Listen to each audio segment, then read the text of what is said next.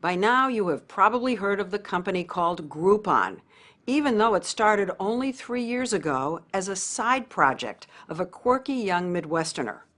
What he did was reinvent the coupon, turning it into a digital tool for bargain hunting at your neighborhood stores.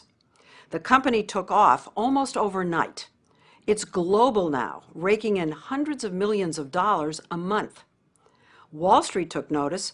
This past November, Groupon had the biggest initial public stock offering, or IPO, of any internet company since Google.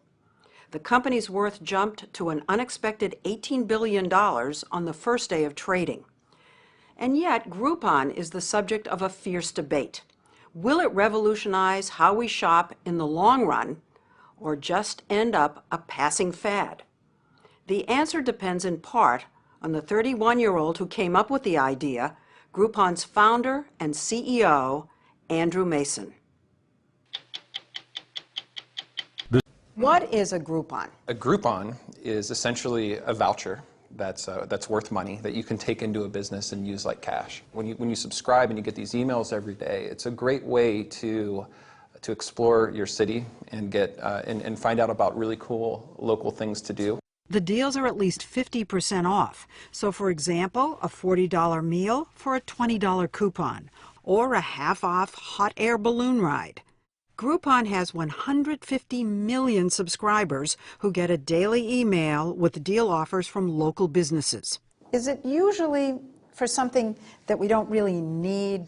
It could be. Sometimes it's for a restaurant or a massage or that kind of stuff. A session in a sensory deprivation tank, but sometimes it's for a hardware store, dry cleaning. The company began in 2008 at the height of the recession when everyone was looking for a bargain.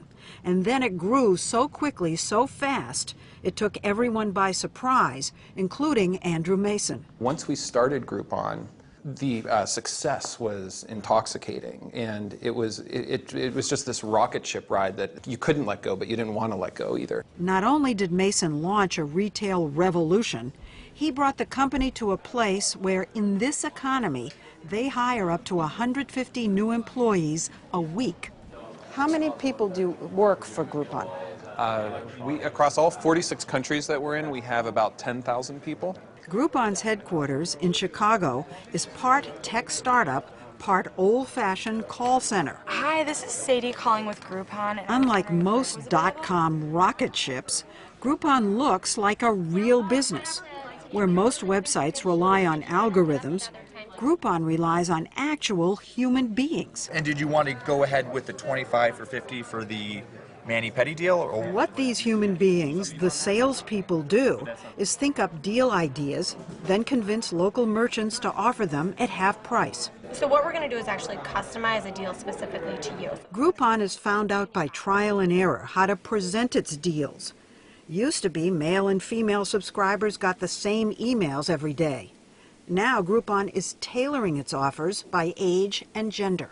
Yeah, I think it turns out that guys don't like deals on laser hair removal or pole dancing lessons. Or Brazilian bikini waxes. Yeah. The merchants don't necessarily make money.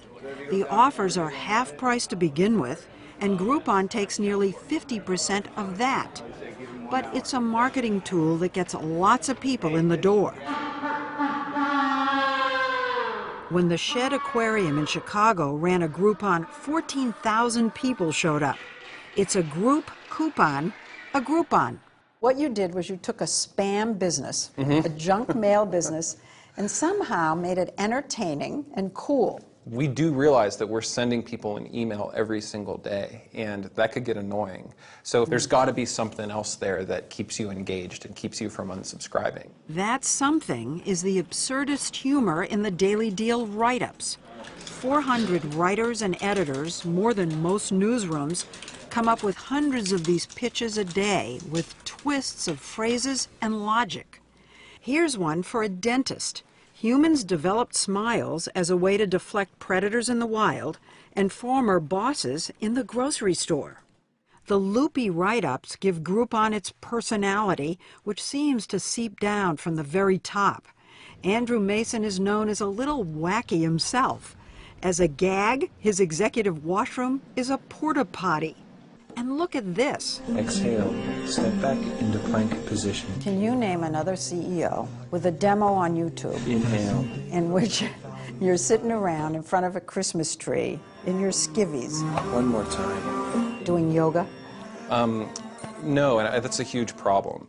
The problem is that he now runs a huge company, and his urge to be goofy makes him one of the most unlikely corporate CEOs you'll ever meet.